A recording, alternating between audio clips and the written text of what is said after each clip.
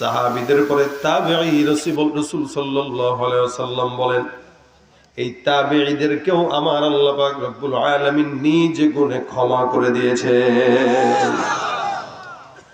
এরপরে যতগুলো ইমানদার আছে, যত বান্দা আছে, সব বান্দাদের গুনাহ, জামানার মধ্যে যত মানুষ আছে এই পর্যন্ত প্রত্যেকটা বান্দা গুনাহগার। কেউ বলতে পারবে না আমার গুনাহ নাই।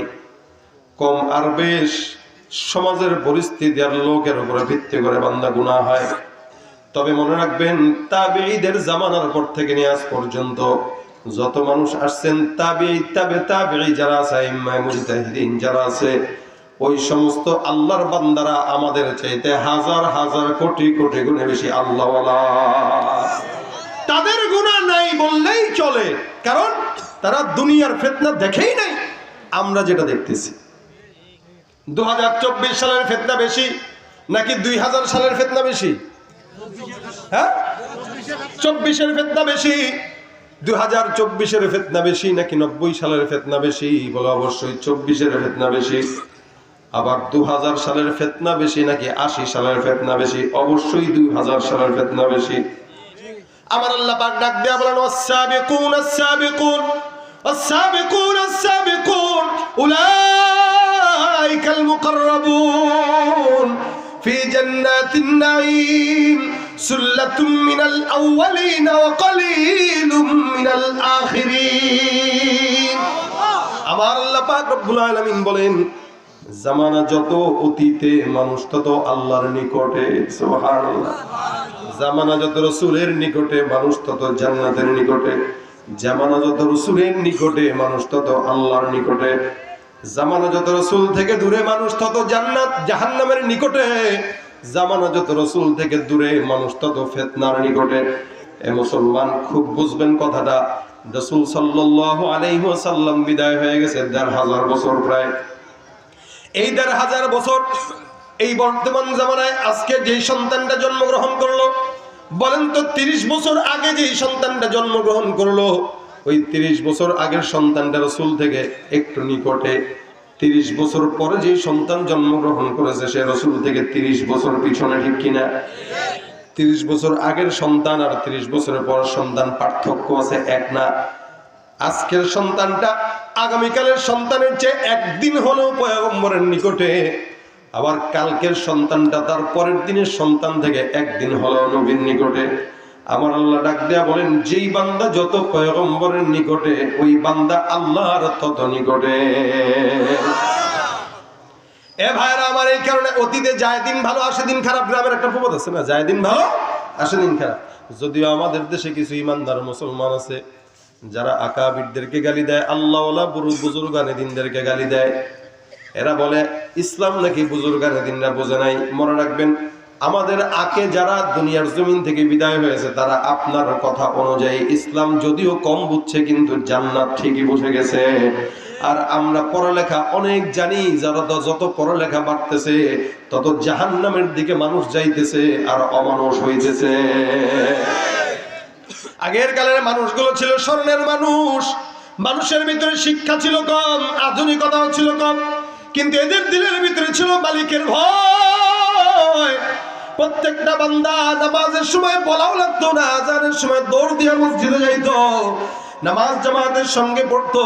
এই মুসলমান যদি আগের কালের মহিলাদের দিকে আপনি নজর দেন, দেখবেন আপনার মা খালারা পরপুরুষ যখন রাস্তায় দেখতো, পরপুরুষ দেখার সঙ্গে সঙ্গে দৌড় দিয়া পুকুর পাড়ে চলে যেত। পরপুরুষ নজরে পড়লে কি বলে, বিল্ডিং এর চিপার মধ্যে যায় লুকাইতো, গাছের আড়ালে যায় লুকাইতো, এমনকি ঘন্টাটা একদম বুক পর্যন্ত নামায় দিত। আর বর্তমান সময়ের মা বোনরা রাস্তায় যখন হাঁটে, কিছু কিছু তো আছে ওড়না বুকে থাকলে সেটারে আবার সরায়া তারপরে শরীর দেখা দেয়। এটা হলো আধুনিকতার ছোঁয়া। জামানা যত আধুনিকতায় যাবে মানুষ তত জাহান্নামের দিকে আগাবে। এ মুসলমান নবীর উম্মত, আপনার আমার কথা চিন্তা করেন। আজ থেকে 30 বছর, 20 বছর, 40 বছর আগের দুনিয়ার হালত ছিল এরকম। আমাদের মা খালারা সকালবেলা তেলাওয়াত না করে কোনোদিন ঘরের কোনো কাজ ধরতো না। সকালবেলা সূরা ইয়াসিন তেলাওয়াত করতো, বিকাল বেলা সূরা ওয়াকিয়া তেলাওয়াত করতো, আবার রাত্রি বেলা ঘুমানোর আগে সূরা মুলক তেলাওয়াত করে ঘুমাইতো। প্রত্যেকদিন কম বেশি 3 বার তেলাওয়াত তারা করত। আর আমাদের বর্তমান সময়ে কোরআন ঘরের মধ্যে থাকে, টিভিটা ঢাকার কাপড় পাওয়া যায়, লেকিন কোরআনের মধ্যে ধুলাবালি জমে, পরিষ্কার করার লোক পাওয়া যায় না।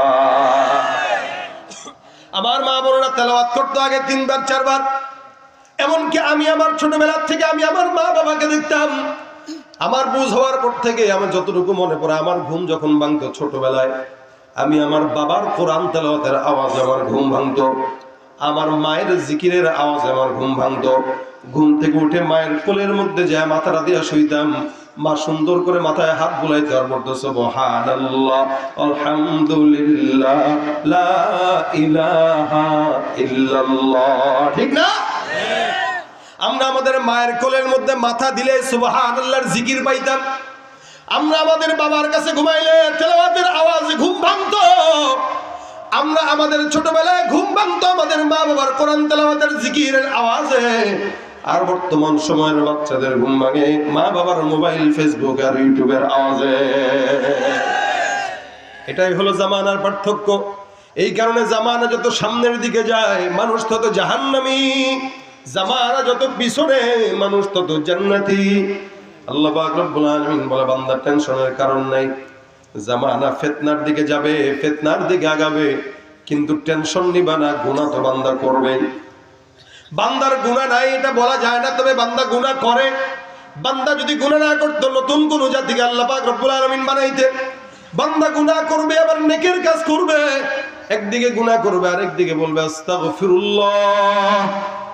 সকালবেলা গুনাহ হবে, বিকেল বেলা বলবে আল্লাহ মাফ করে দাও। বিকেল বেলা গুনাহ করবে, সকাল বেলা বলবে আল্লাহ মাফ করে দাও। এটাই হলো বান্দার শান। যত বেশি গুনাহই হোক না কেন, আমার আল্লাহ বলে বান্দা এই গুনার বোঝা মাথায় নিয়ে একবারের জন্য কেউ যদি ইস্তেগফার করো, আমি আল্লাহ সব গুনাহের ভুল আমি আল্লাহ ভুলে মাফ করে দিব। বান্দার গুনাহ হওয়াটা দোষের না, গুনাহের উপরে অটল থাকাটা দোষের। গুনাহ আমিও করি, আপনারাও করেন, গুনাহ প্রত্যেকটা বান্দার হয়। আর শয়তান যে ব্যক্তি নেক কাজ করে তার কাছেই যায়। দেখবেন মাদ্রাসার ছোট ছোট বাচ্চারা বেশি দুষ্টামি করে, শয়তান তার কাছে বেশি যায়। কেন? ওর ভিতরে মাল আছে। যেই ঘরে সম্পদ থাকে ওই ঘরেই চোর যায়। কি বলেন? বুঝেন না এই কথা? ঘরের ভিতরে সম্পদ আছে, ঘরের ভিতরে স্বর্ণ আছে 20 ভরি, টাকা আছে 5 কোটি, বাজারের টাকার থেকে জমায় জমায় টাকা বানাইছে নাকি 5 কোটি। আমাদের দেশে বাজারের টাকা দিয়ে জমায়ও 5 কোটি টাকা, 3 কোটি টাকা ধরা খায়। দেখেন না আপনারা সংবাদে, গ্রামের মানুষ তো ভালোই। তাহলে এই যে ভিতরে সম্পদ আছে বলে পুলিশও যায়, চোরও যায়। ঠিক না? ঘরে সম্পদ নাই, চোর যাবে কি করতে? ঠিক তেমনি ভাবে যেই বান্দার কলবের মধ্যে ঈমানের নূর আছে, যেই বান্দার কলবের মধ্যে ঈমান আছে, সম্পদ আছে, যেই বান্দার কলবের মধ্যে কোরআন আছে, শয়তানের মতো চোর ওই বান্দার কলবের মধ্যেই ঢোকার চেষ্টা করে। আর আপনার ভিতরে মাল নাই, শয়তান কেন আপনার কাছে যাবে? আপনি নামাজ পড়েন যার কারণে শয়তান আপনার কাছে যায়, আপনি রোজা রাখেন যার কারণে শয়তান আপনার কাছে যায়, আপনি দান করেন কারণ শয়তান আপনার কাছে যায়। আর যেগুলো নামাজও পড়ে না, রোজাও রাখে না, পর্দাও করে না, খাজার দরবারে বসে থাকে, শয়তান তো ওরে দেখা কয় দোস্ত তুই থাকতে আমার টেনশন নেই। কথা কয় না? আমি কি শয়তান? আল্লাহ তো আমার চেয়ে বড়টা, আমার জায়গায় তারে দিলে সে আরো দায়িত্ব ভালো পালন করতে পারত।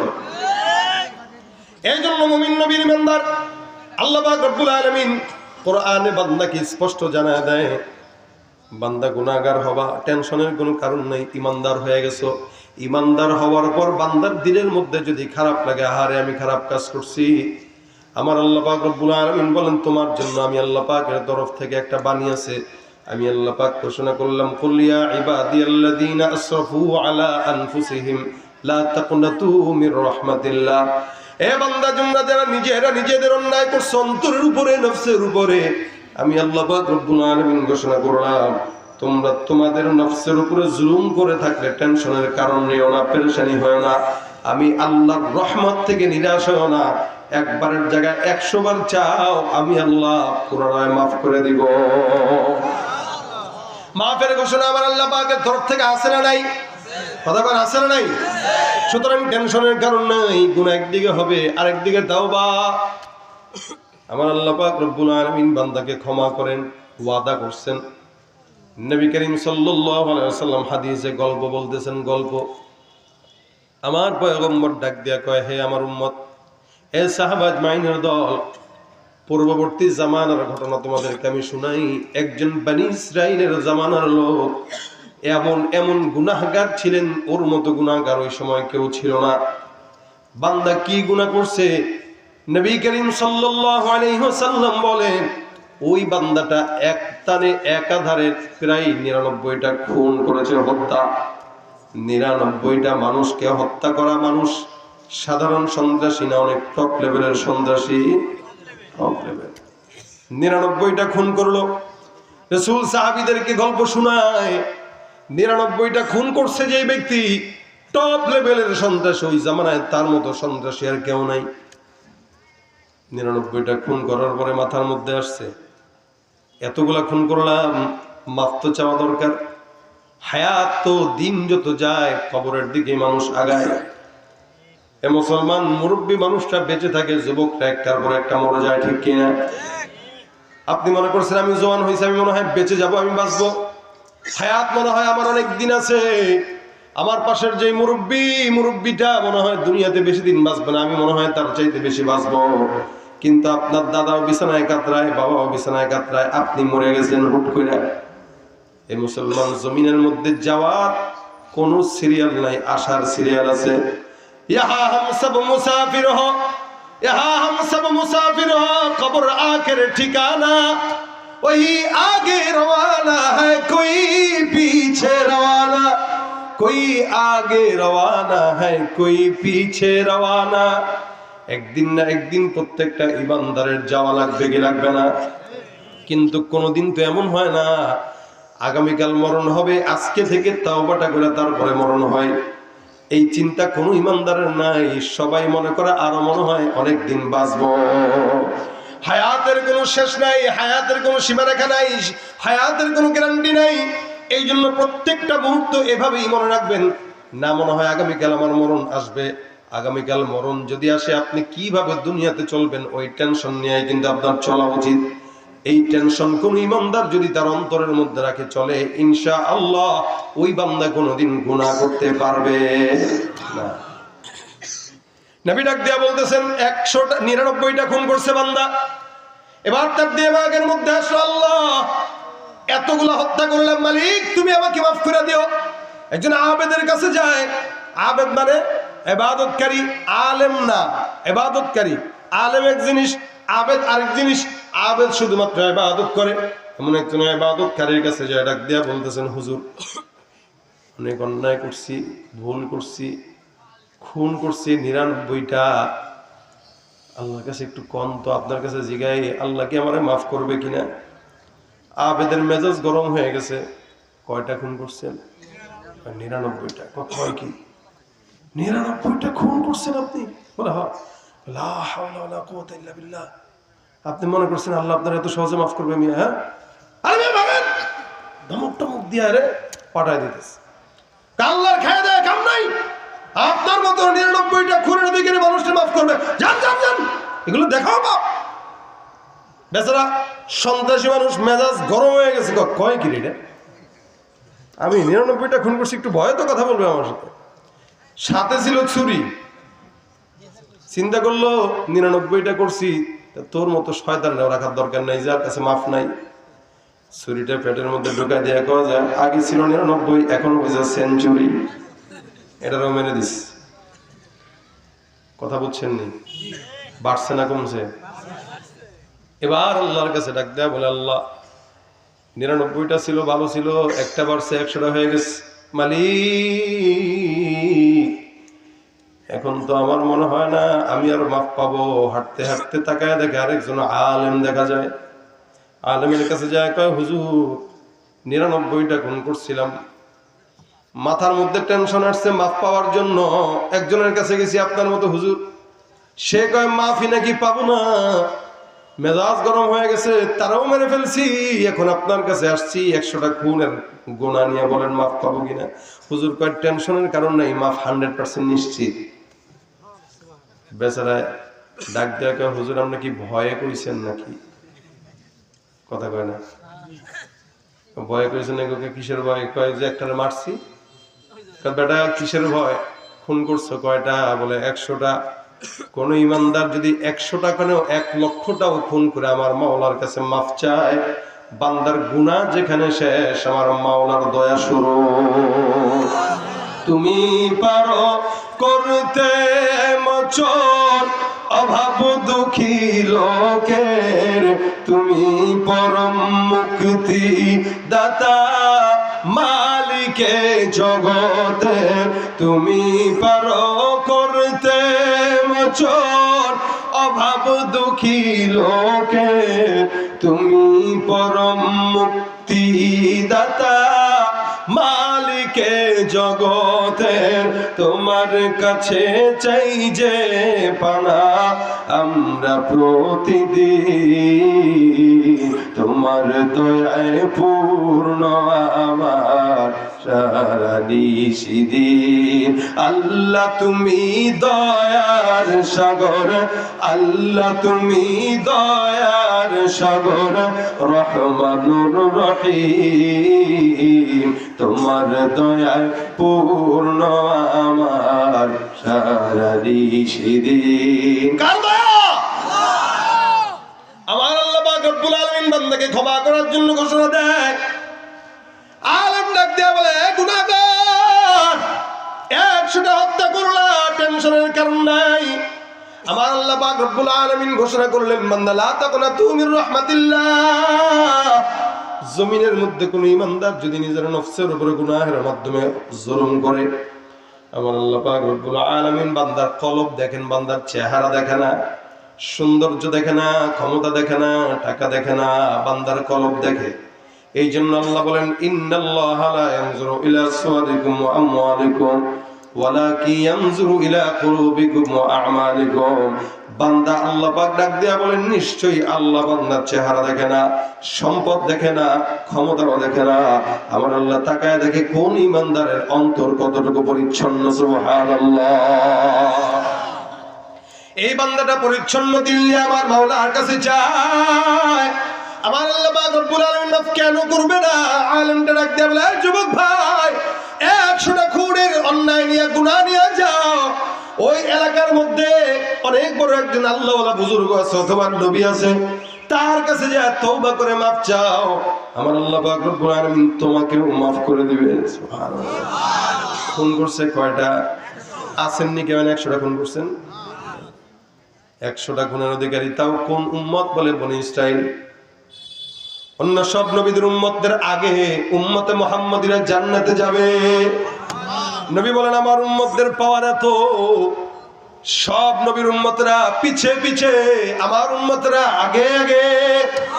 জান্নাতের দরজার সামনে দাঁড়ায় থাকবে, দরজা খুলবে, আমার উম্মতরা ঢুকবে।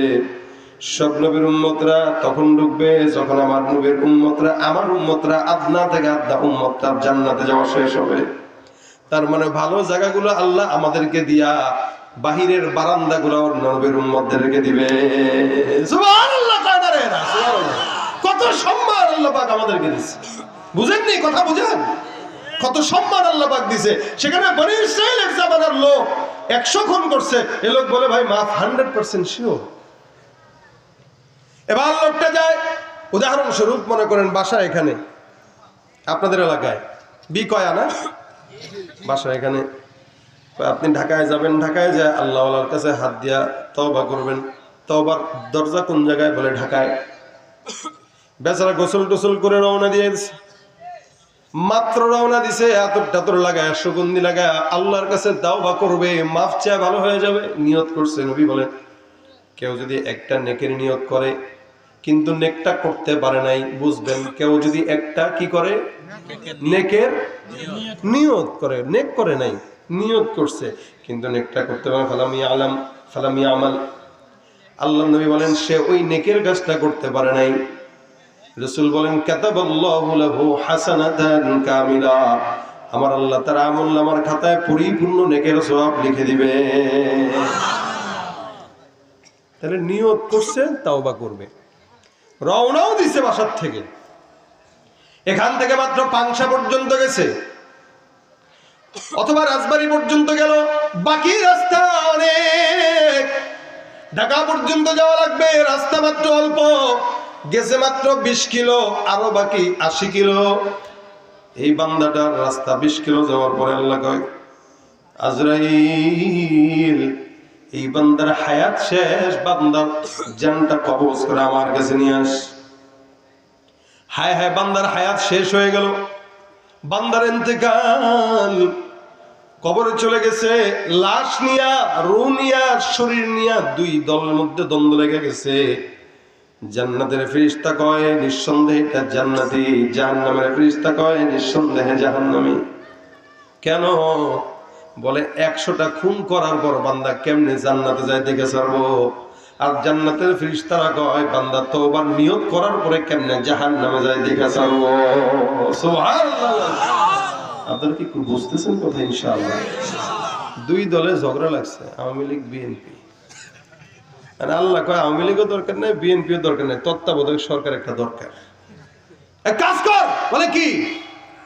এই বান্দাটা বাসার থেকে তওবা পর্যন্ত রওনা দিছে, রাস্তা বেশি না কম এটা মাপ, তবে তুইও না তুইও না, মাঝখানের এক দল থাকবে যে দলে রাস্তা মাপবে।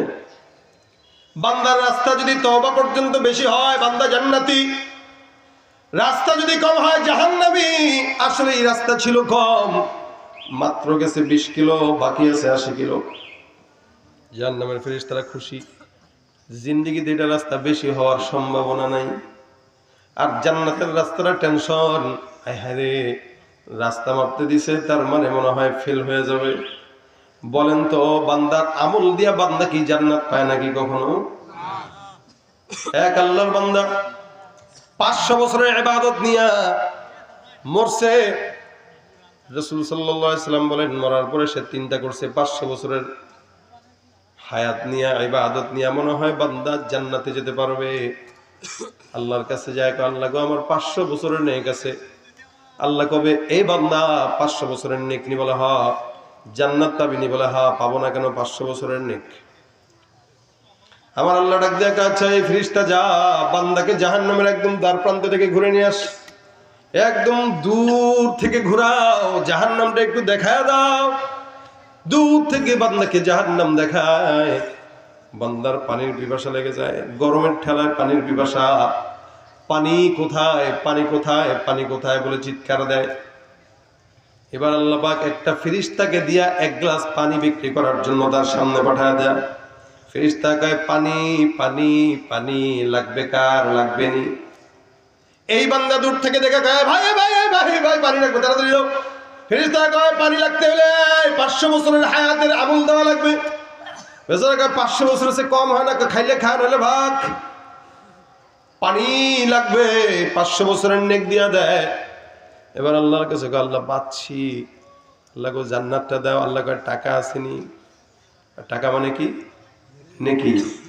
আল্লাহ নেকি তো 500 বছরের ছিল, পানি তো 1 গ্লাস দিয়েই শেষ। আমার মাওলা কয় 1 গ্লাস পানির জন্য 500 বছরের নেক শেষ, অথচ একটু আগে 500 বছরের নেকি দিয়া তুমি জান্নাতে যেতে চাইছো। এখন তো নেকি নাই, জাহান্নাম ছাড়া উপায় নাই। বান্দা ডাক দেয়, আল্লাহ আমি জানি তোমার রহমত ছাড়া আমার উপায় নাই। আল্লাহ রহমত না করলে কেমনে জান্নাতে যাবে বেটা? বলেন কি আমল দিয়া জান্নাতে যাবে? আমাদের আমল আছে কোনো? যা করি গীবত করে শেষ করি। ঠিক আছে, চায়ের দোকানে বসে বসে চেয়ারম্যান, মেম্বার, এমপি, মন্ত্রী, ওই হুজুর সেই হুজুর। আর দেশের গ্রামের চায়ের দোকানগুলো এক একটা মোটামুটি চায়ের স্টল। এই চায়ের স্টলগুলো এক একটা কি সংসদ, এক একটা কি সংসদ। এই সংসদের অধিবেশনের প্রধান স্পিকার হচ্ছে চায়ের দোকানদার। উনি খালি ঘি ঢালে, আর পাশে যেগুলো বসে মুরব্বীরা একটা হাতে সিগারেট 555 অথবা আকিস বিড়ি, আর একটা চা আর একটা পান। ওগো শুনছ কি ও হুজুর করছে কি? সব মানুষের তলা খোঁজেন না তার অভ্যাস, নিজের তলার দোষের দেখার আর কেউ নাই। এজন্য অন্যের তলা দেখেন না, আপনি কি করছেন সেটার হিসাব আপনি নেন। আমার আল্লাহ পাক ডাক দেয়া বলে, বান্দা নেকি দিয়া কেউ জান্নাতে যায় না, নিয়ত দিয়া যায়, আমি আল্লাহর রহমত দিয়া যায়। ফেরেশতারা একদলকে আল্লাহ এটারে জান্নাত দিও, আরেক দলকে আল্লাহ না। কারণ যে যে দল করে সেই দলে মানুষকে টানতে চায়। জাহান্নামের ফেরেশতার কাজ হলো কেমনে টাইনা জাহান্নামে ঢুকাবে, আর জান্নাতের ফেরেশতার কাজ হলো কেমনে হুসুম গুসুম নিয়ে কোনো মধ্যে জান্নাতে ঢুকাই দিবে। এবার আল্লাহ পাক রব্বুল আলামিন কয়, এই ফেরেশতার দল একটা কাজ করো, জান্নাত পর্যন্ত বান্দার বাসার থেকে তওবার রাস্তা পর্যন্ত মাপ দাও। বান্দা বিকয়া থেকে ঢাকা পর্যন্ত গেল নাকি পাংশা পর্যন্ত গেল মাপো। যদি পাংশা পর্যন্ত যায় বান্দা জাহান্নামী, আর যদি মোটামুটি বান্দা গাবতলী পর্যন্ত যায় তাহলে জান্নাতি। আসলে গেছে কতটুকু? 20 কিলো। আমার আল্লাহ পাক রব্বুল আলামিন লাগায় দেয় রাস্তা মাপো। আল্লাহর ফেরেশতা রাস্তা মাপা শুরু করে দেয়। আমার মাওলা ডাক দিয়া বলে, জমিন আমি আল্লাহ পাক আদেশ দিলাম তুমি আমার আদেশে চলো। আমি রব্বুল আলামিন বললাম এই বান্দার জন্য জমিন তুমি জান্নাতের রাস্তা পর্যন্ত দীর্ঘ লম্বা হয়ে যাও। আমার আল্লাহ পাক রব্বুল আলামিন আদেশ দেয়, এই বান্দার রাস্তা দীর্ঘ জান্নাত পর্যন্ত লম্বা হয়ে গেছে। ফেরেশতারা রাস্তা মাপে আর মাপে, মাপে আর মাপে, মাপে আর মাপে, মাপতে মাপতে মাপতে মাপতে মাপতে মাপতে যা দেখে বান্দার তওবার রাস্তাটা জান্নাতের গেট পর্যন্ত ঢুকে গেছে। বান্দেগানে খাস আল্লাহ মুল গয়ুব দরজাহাজা নে জাওয়াসি সুল কুলুব জম সরশবু এ পিরাহন শনিদি চেরাদর চাহে কিনআনশ নদীদি। বন্ধুকে এ মুসলমান বিপদের মধ্যে পড়লে সেই বন্ধুই কাজে লাগে। আমার আল্লাহ কয়, বান্দার রাস্তা যেদিকে বেশি বান্দাকে সেদিকে জান্নাত দিয়া দাও। আল্লাহ রাসূল বলেন, 100 খুনের অধিকারী একজন বান্দা জান্নাত পর্যন্ত যদি যেতে পারে, তুমি আমার উম্মত হয়ে কেন জান্নাতে যাবা না? যার কারণে গুনাহ যখনই হয় বড় আস্তাগফিরুল্লাহ, ইস্তিগফারের বদৌলতে আল্লাহ গুনাহগুলো মাফ করে জান্নাতের ফয়সালা করে দিবে। এ মুসলমান নবীর উম্মত, কি জন্য আল্লাহ পাক রব্বুল আলামিন বলেন, ওয়া নিস্তাগফিরু রাব্বাকুম সুম্মা তুবু ইলাইহি, তোমরা ইস্তিগফার করো তোমাদের রবের কাছে আর তওবা করো। আগে ইস্তিগফার পরে তওবা। আগে ইস্তিগফার পরে কি? ইস্তিগফার মানে আল্লাহ গুনাহ করছে, আস্তাগফিরুল্লাহ আস্তাগফিরুল্লাহ আস্তাগফিরুল্লাহ, মাফ করে দাও, এটা হলো ইস্তিগফার। তারপরে করো তওবা। তওবা মানে কি? আস্তাগফিরুল্লাহ, আল্লাহ আর জিন্দেগিতে গুনাহ করব না। আগে করবা ইস্তিগফার, করে করবা তওবা। কোন বান্দা যখন ইস্তিগফার করার পর তওবা করবে, আমার আল্লাহ বলেন, ইমাত্তিউকুম মাতাআন হাসানা, আমি আল্লাহ ওই বান্দাকে দুনিয়ার সব কল্যাণ দিয়ে বান্দাকে ভরপুর করে দিব। সব কল্যাণ। ইমাত্তিউকুম মাতাআন হাসানা, মাতাআন হাসানা মানে যাবতীয় দুনিয়ার সব কল্যাণ, সব কল্যাণ। বিবি কথা শুনে না, মাতাআন হাসানা, এটা কল্যাণ, বিবি কথা শুনবে। কেউ যদি ইস্তিগফার করে তওবা করে, বিবি কথা শুনে না, বিবিরে আল্লাহ পাক কথা শোনায় দিবে। সন্তান কথা শুনে না, সন্তানও কথা শুনবে। সুবহানাল্লাহ কয় না রে? এরা কে বলছেন এটা? আমি ফকিন্নি তো আল্লাহর থেকে নকল করে বলতেছি। আল্লাহ বলছেন, কেউ যদি ইস্তিগফার করে তার জিন্দেগীর সব কল্যাণ আমি দান করব। চাকরি নাই, বারবার জায়গায় জায়গায় যায় আর ফেল হয়, চাকরি পায় না, ইস্তিগফার বড়, আমি আল্লাহ পাক চাকরির ব্যবস্থা করে দিব। সুবহানাল্লাহ। এ মুসলমান, বিয়ে হয় না, সময় হয়ে গেছে, 30 বছর পার হয়ে গেছে। অনেক মেয়েরা আছে 30 বছর 35 বছর হয়ে গেছে, বিয়ে হয় না। ইস্তিগফার করো। আমার আল্লাহ ইমাত্তিউকুম মাতাআন হাসানা, দুনিয়ার কল্যাণ দিয়া তোমাকে বিবাহের উপযুক্ত স্বামী দান করে দিবে। অথবা ছেলে মানুষ বিয়ে করতে পারে না, যে কোনো কারণবশত, আল্লাহ পাক বলেন ইস্তিগফার করো, আমি আল্লাহ বিবাহের ফয়সালা করে দেব। সন্তান নাই, আমি আল্লাহ পাক রব্বুল আলামিন, কেউ যদি ইস্তিগফার পড়ে, আয়ুমদিদকুম বিআমওয়ালিন ওয়া বানিন, ওই বান্দার সন্তান সন্ততি সম্পদ যা আছে আমি আল্লাহ সব ইস্তেগফারের মাধ্যমে দিয়ে দিব। ইস্তেগফার এমন একটা আমল যে আমলে আল্লাহ পাক বান্দার যাবতীয় কল্যাণ দান করেন। আপনার নাতি কথা শুনে না, নাতিও কথা শুনবে। রিক্সা চালাইতে গেছেন, অ্যাক্সিডেন্ট হবে না কল্যাণ। বিমানে উঠছেন, অ্যাক্সিডেন্ট হবে না কল্যাণ। অর্থাৎ জমিনের ভিতরে যত প্রকার কল্যাণ আছে আল্লাহ পাক সব দান করবেন। ইমাত্তিউকুম মাতাআন হাসানা, যাবতীয় কল্যাণ যত কিছু আছে, ক্ষেত লাগাইছেন, আলু লাগাইছেন, ফসল লাগাইছেন, পটল লাগাইছেন, বরকত হয় না। ইস্তেগফার করেন, ফসলের মধ্যে খামারে ফসলের মধ্যে যায় বরকত নেন। ইস্তেগফার করেন, ধান লাগান, ইস্তেগফার করেন, চারা লাগান। আমার আল্লাহ পাক বলেন কেউ যদি ইস্তেগফার করে ওই ফসলের মধ্যে বরকত দিব কে? আল্লাহ। ইউমাত্তিউকুম মাতাআন হাসানা, বলে এই বরকত কয়দিন থাকবে? ইলা আজালিম মুসাম্মা, ইলা আজালিম মুসাম্মা, একদম মৃত্যু পর্যন্ত আল্লাহ পাক এই বরকতটা দান করবেন। নির্দিষ্ট সময়, নির্দিষ্ট সময় মৃত্যু পর্যন্ত, মৃত্যু পর্যন্ত আল্লাহ দিবেন। শুধু তাই না, কি কি দিবেন? আমার আল্লাহ পাক রব্বুল আলামিন ডাক দিয়া কয় ফাকুলতু আস্তাগফিরু রাব্বাকুম ইন্নাহু কানা গাফফারা, কেউ যদি ইস্তেগফার করো আমি আল্লাহ বান্দার গুনাহ মাফ করে দেব। সুবহানাল্লাহ। 2 নম্বর ইউরসিলিস সামা আলাইকুম মিদরারা, কেউ যদি ইস্তেগফার করো আমি আল্লাহ আসমান থেকে বৃষ্টির ফয়সালা করে দেব। বৃষ্টি হয় না, টেনশন নিয়েন না, ইস্তেগফার বাড়ায় দেন। অথবা বৃষ্টি থামতেই চায় না, ইস্তেগফার করেন, বৃষ্টি থেমে যাবে। এই যে শীত আসতেছে না, এই যে দুনিয়ার পরিস্থিতি এরকম, এগুলোর একমাত্র কারণ আমাদের গুনাহ বেশি হয়ে গেছে। গুনাহের কারণে আল্লাহ রাগান্বিত হয়ে গেছে, যার কারণে যেটা দরকার ওটা দেয় না। মুসা নবীর কাছে এক উম্মত জিজ্ঞাসা করছে, হুজুর আল্লাহ পাক বেজার হইলে আলামত কি? আল্লাহ পাক রব্বুল আলামিন পয়গম্বর মুসা বলছেন আলামত 2টা। 1 নম্বর, আল্লাহ পাক যখন বেজার হয় তখন বান্দার যেটা দরকার আল্লাহ সেটা দেয় না, আর যেটা দরকার নাই ওটা আল্লাহ পাক চাপায় দেন। দেখেন এই মুহূর্তে শীত দরকার ছিল পরিপূর্ণ, ঠিক না?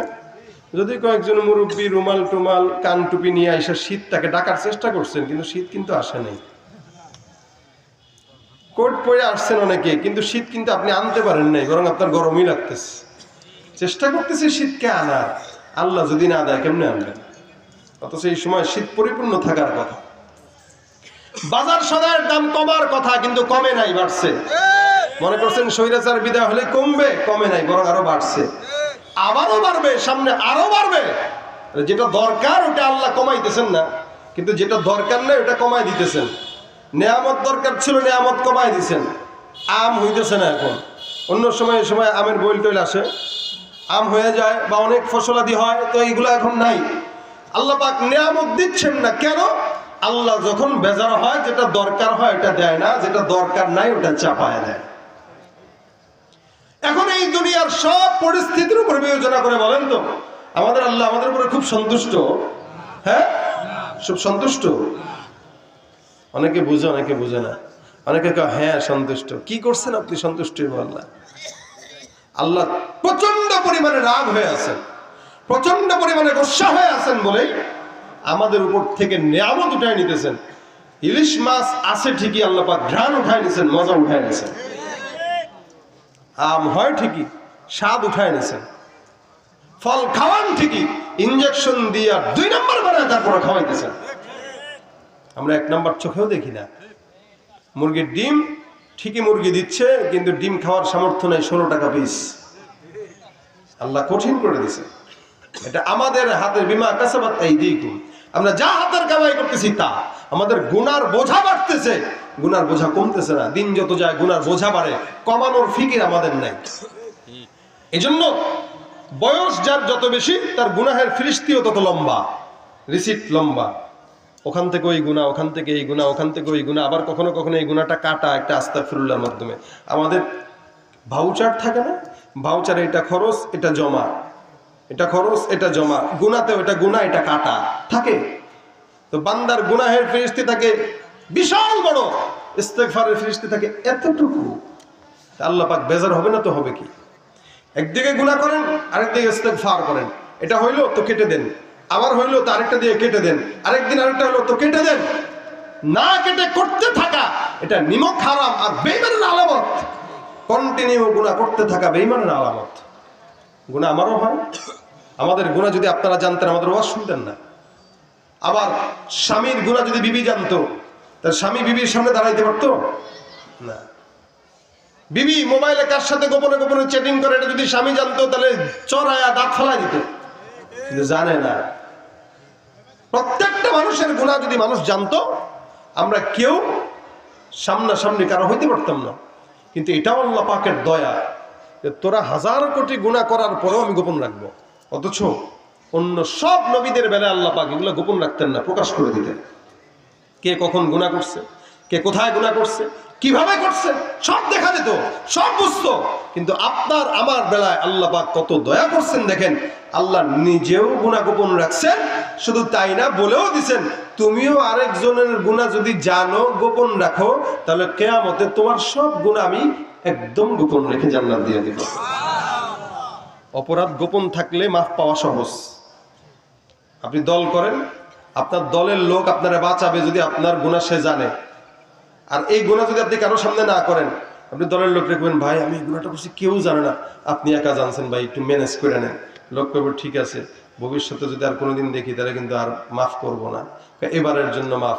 দেখবেন যত বড়ই গুনাহ হোক, খালি একজন জানে আর কেউ জানে না, তাহলে মাফ করতে সহজ হয়। আর ওই গুনাহ যদি আরো 5-7 জন জানে, একজন মাফ করলে আরো 2 জন এসে কব না না না এই গুনাহ মাফ করা যাবে না, কি ঠিক না, ভেটো দিয়ে দেয়।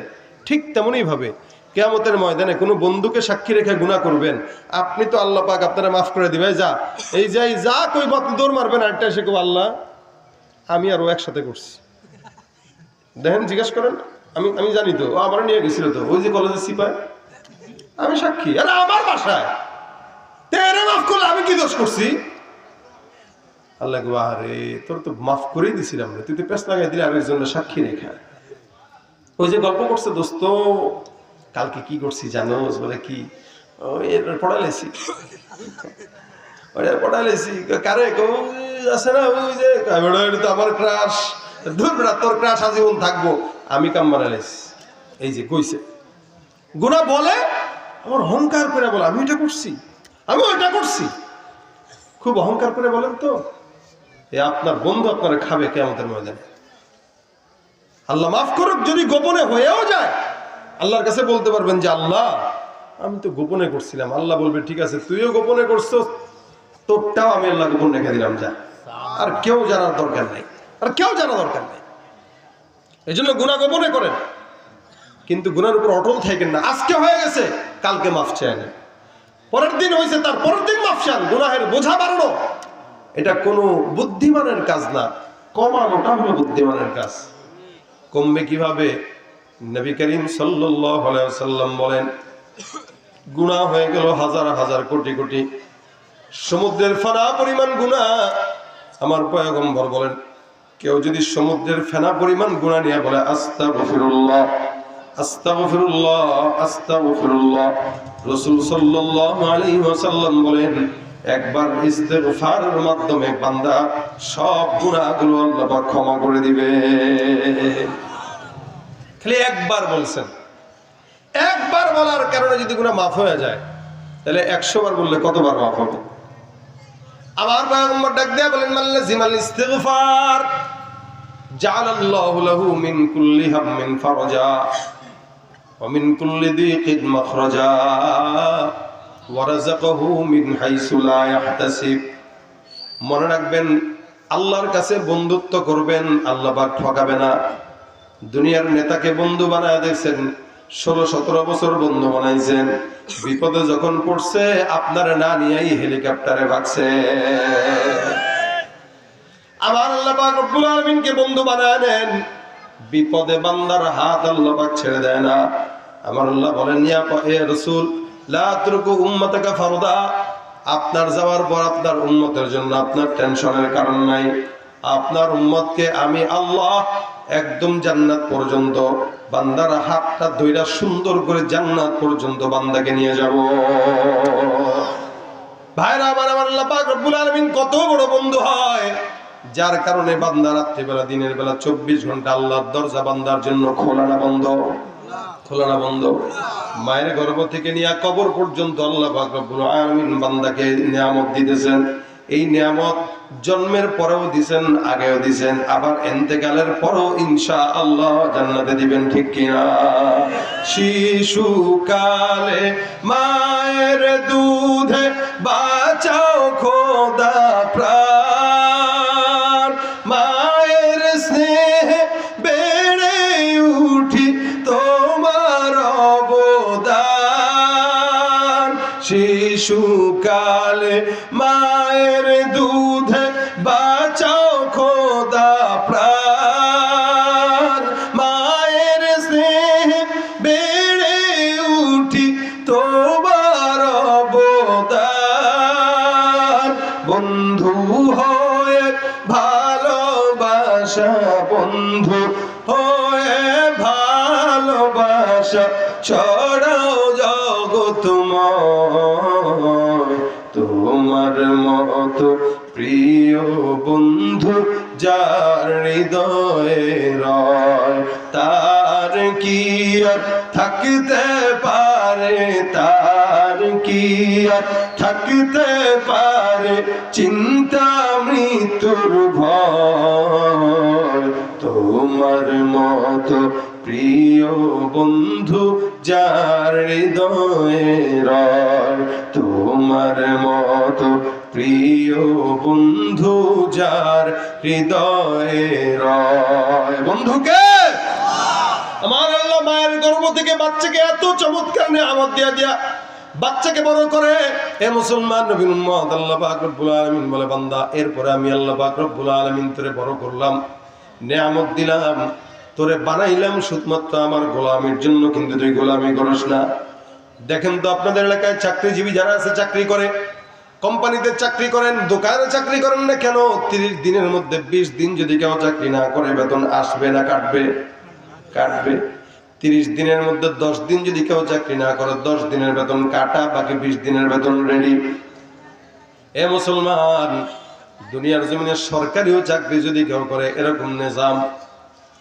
দুনিয়ার জমিনে সবচাইতে সরকারি চাকরিজীবীদের পাওয়ার বেশি, কিন্তু এখানে যারা আমরা যারা মুমিন আছে, আমরা ইমানদাররা, আমরাও তো চাকরি করি। আল্লাহ ঠিক কিনা বলেন? আমার আল্লাহ বলেন, মা খালাকাতুল জিন্না ওয়াল ইনসা ইল্লা লিয়াবুদুন। আমি আল্লাহ পাক ইনসান আর জিন্নাতকে আমার ইবাদতের জন্য পাঠাইলাম। এই ইবাদতটার জন্য আল্লাহ পাক রব্বুল আলামিন পাঠাইলেন। তার মানে গোলামিটা হলো আল্লাহর চাকরি। আমরা সরকারি চাকরিজীবী আর আমাদের সরকার হলো আমার আল্লাহ, ঠিক কিনা?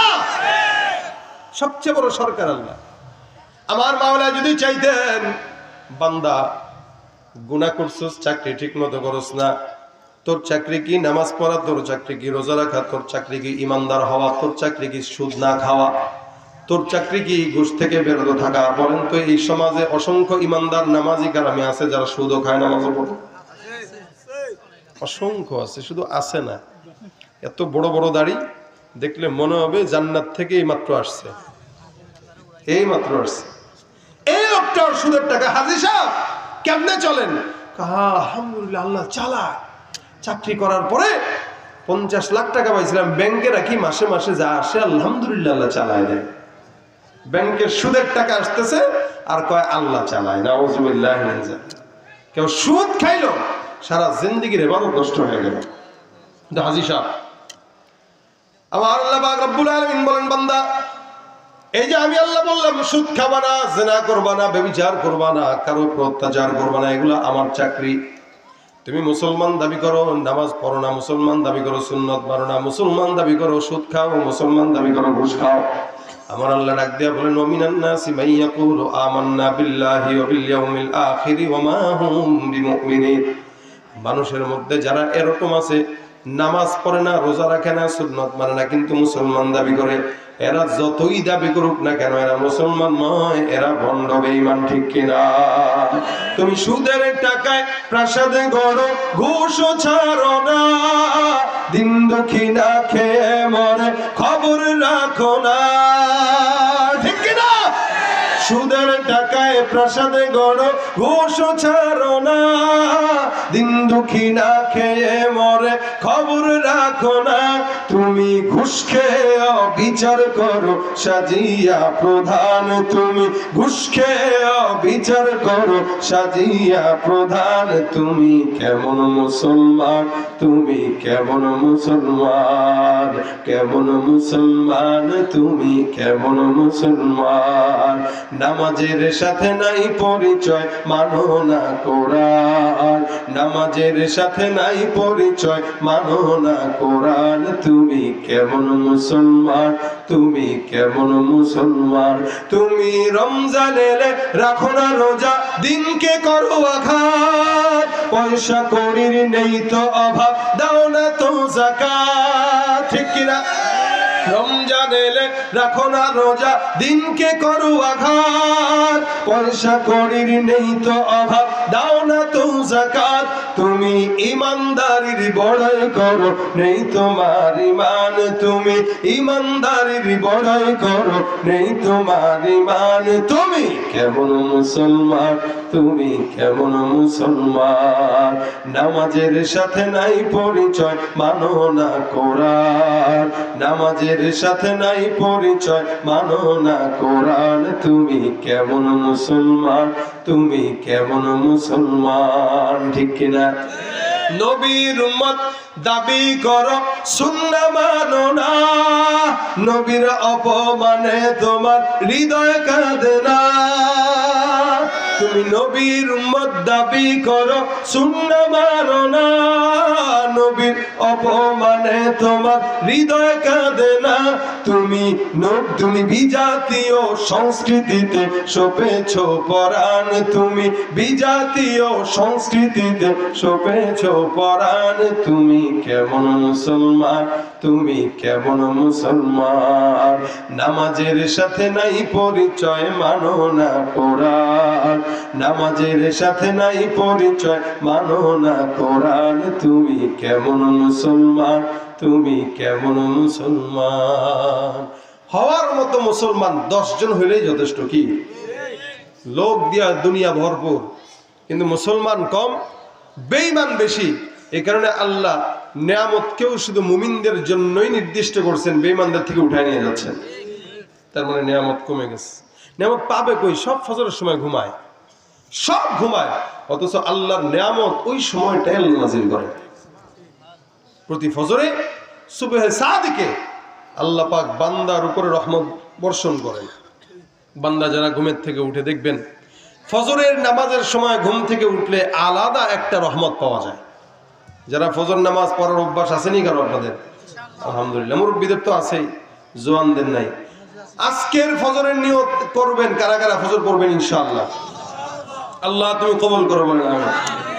ফজরের নিয়ত এই কারণেই করবেন, কারণ নবী করিম সাল্লাল্লাহু আলাইহি ওয়াসাল্লাম বলেছেন, যার ফজর আর এশা ঠিক নাই, ওর ঈমানও ঠিক নাই, মুনাফিক।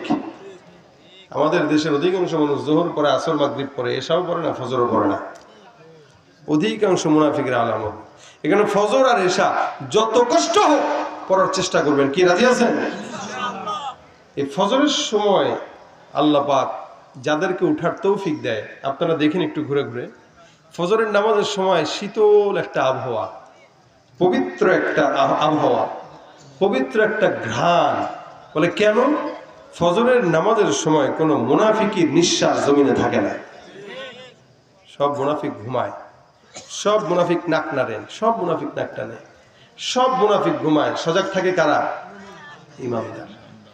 এই ইমানদারের নিঃশ্বাসে ফজরের সময় ভরপুর থাকে, যার কারণে আল্লাহ পাক ফজরের আবহাওয়াকে বিমল করেছেন। কারণ রহমত আসে, সবার প্রথমে রহমত আসে কাবার উপরে।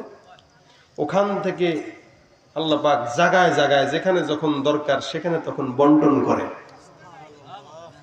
এখন আপনি তো ফজরের সময় জাগলেন, আপনারটা আপনি পাইলেন, আপনার নিয়ামত আপনি পাইলেন। আরেকজন যে পাশে ঘুমাইলো, ও তো নিয়ামত পাইল না, ওরটা কই গেল?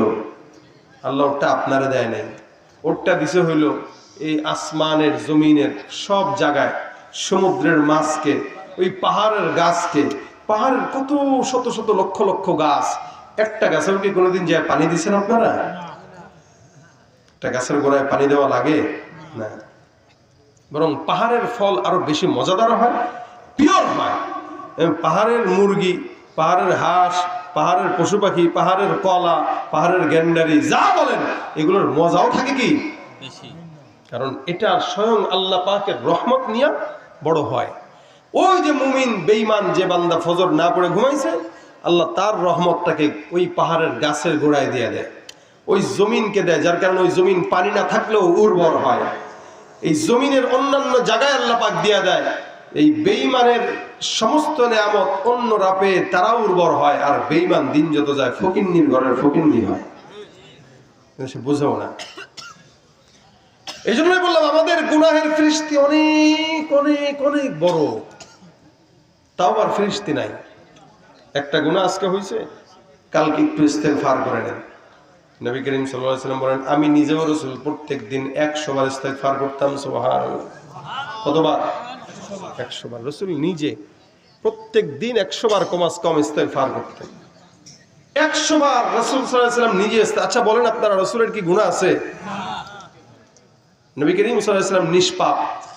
শুধু নিষ্পাপ না, সব বান্দাদের সুপারিশকারী, সব বান্দাদেরকে শাফায়াত রাসূল করবেন।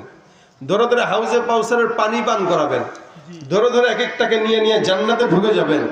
জান্নাতের সরদার যিনি, এই নবী যিনি সারা দুনিয়ার জন্য রহমত, এই নবী সে বলতেছে আমি প্রত্যেক দিন কমাস কমে 100 বার ইস্তেগফার করি। সুবহানাল্লাহ। আসতে পারে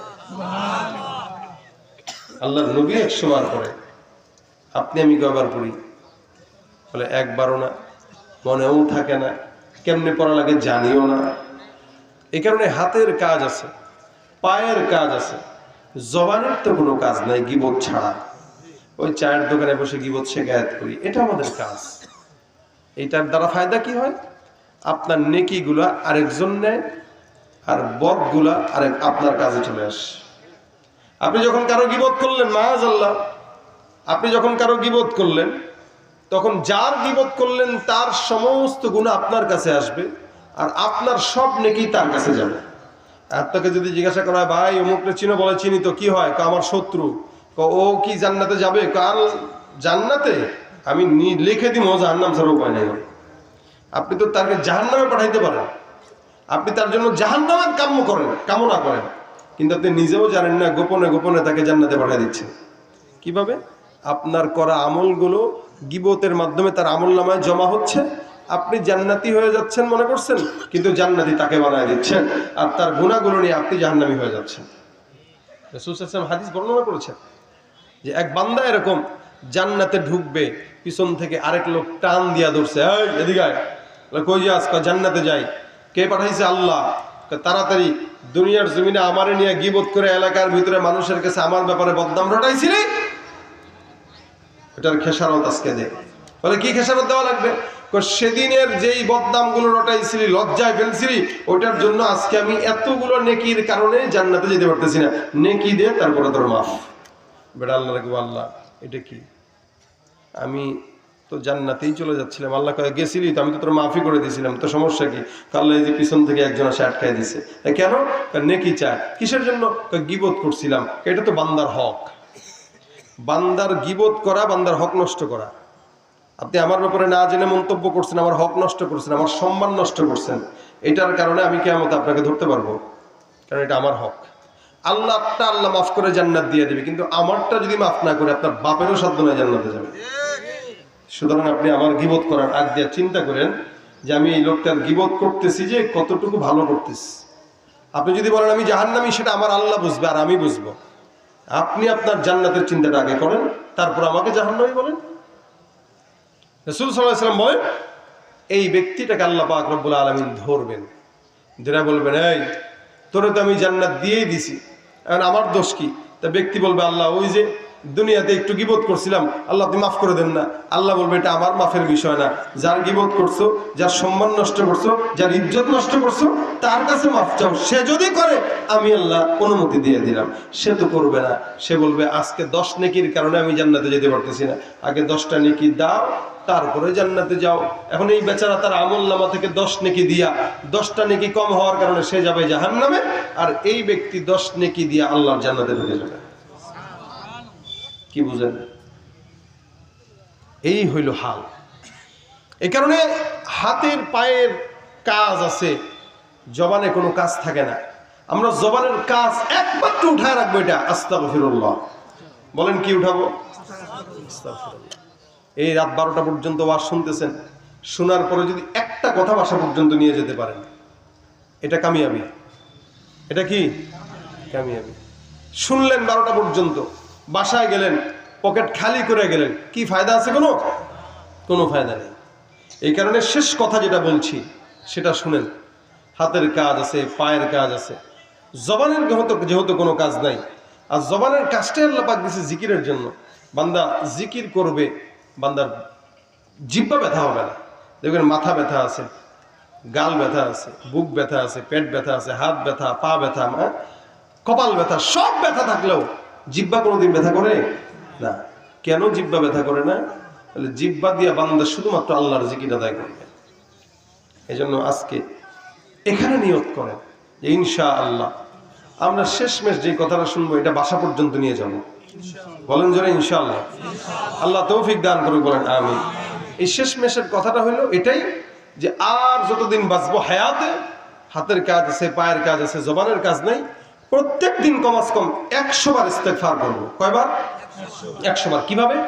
ফজরের পরে 20 বার, জোহরের পরে 20 বার, আসরের পরে 20 বার, মাগরিবের পরে 20 বার, এশার পরে 20 বার। কয়বার হইল? 100 বার। আচ্ছা, 20 বার করতে কি কষ্ট হবে আপনাদের? আস্তাগফিরুল্লাহ, আস্তাগফিরুল্লাহ, আস্তাগফিরুল্লাহ, আস্তাগফিরুল্লাহ, আস্তাগফিরুল্লাহ, আস্তাগফিরুল্লাহ, আস্তাগফিরুল্লাহ, আস্তাগফিরুল্লাহ, আস্তাগফিরুল্লাহ, আস্তাগফিরুল্লাহ, আস্তাগফিরুল্লাহ, আস্তাগফিরুল্লাহ, আস্তাগফিরুল্লাহ, আস্তাগফিরুল্লাহ, আস্তাগফিরুল্লাহ, আস্তাগফিরুল্লাহ, আস্তাগফিরুল্লাহ, আস্তাগফিরুল্লাহ, আস্তাগফিরুল্লাহ। 20 বার হয়েছে। মনে করেন 20 সেকেন্ড লাগছে। এই 20 সেকেন্ডে যদি আমি আমার হায়াতের 20টা গুনাহ মাফ করাইতে পারি, প্রত্যেক দিন 100টা গুনাহ মাফ করাইতে পারি, ইনশাআল্লাহ জান্নাতে আমি যাব না তো কে যাবে? অবশ্যই আল্লাহ আমাকে জান্নাত দিবেন ইনশাআল্লাহ। এটা হচ্ছে আপনাদের কি কমন কথা, এটা হলো কমন কথা। প্রত্যেক দিন 100 বার, খুব সহজ তরিকা, আসান তরিকা। ফজরের পরে 20 বার, জোহরের পরে 20 বার, আসরের পরে 20 বার, মাগরিবের পরে 20 বার, এশার পরে 20 বার। আপনাদের কষ্ট হবে কারো? কথা বলেন, কষ্ট হবে? বিবিকে শিখায় দিবেন, ঘরের বিবি রান্না করবে, তরকারি করবে, আস্তাগফিরুল্লাহ। ঘর ঝাড়ু দিবে, কথা কয় না, আস্তাগফিরুল্লাহ। কাপড় ধুইতেছে, আস্তাগফিরুল্লাহ। ব্যবসায় দোকানে বসে আছেন, আস্তাগফিরুল্লাহ। ব্যবসায় যদি কেনাকাটা নাও হয়, বরকত নাও হয়, কেউ যদি ইস্তেগফার করে তো আল্লাহ পাক ইস্তেগফারের বদৌলতে বরকত দান করবেন। বিশ্বাস হয় না আপনাদের? ওই উমদিদুকুম বিআমওয়াল। কারো যদি ইস্তেগফার করে তো আল্লাহ পাক বলেন তার মালে আমি আল্লাহ বরকত দান করে দেব, বাড়ায় দেব।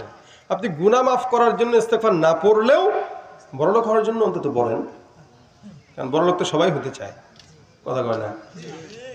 বড়লোক সবার মনের তামান্না যে একটু টাকা পয়সা হোক, স্বচ্ছতা থাকুক, আর হওয়াও দরকার। কেন? টাকা পয়সা থাকলেই না দিনের জন্য খরচ করতে পারবেন। টাকাই যদি থাকলো না তো দিনের জন্য খরচ করবেন কি, দান করবেন কি? আপনার তো সবাই কিপটা বলবে। এই জন্য টাকা সবাই চায়, এই টাকার জন্য হলো ইস্তেগফার করেন, গুনাহ মাফ হওয়া শুরু হবে। অর্থাৎ ইস্তেগফার করবেন একটা, ওষুধ একটা, রোগ ছাড়বে 10টা, রোগ সারবে 100টা। কোনো সন্দেহ আছে?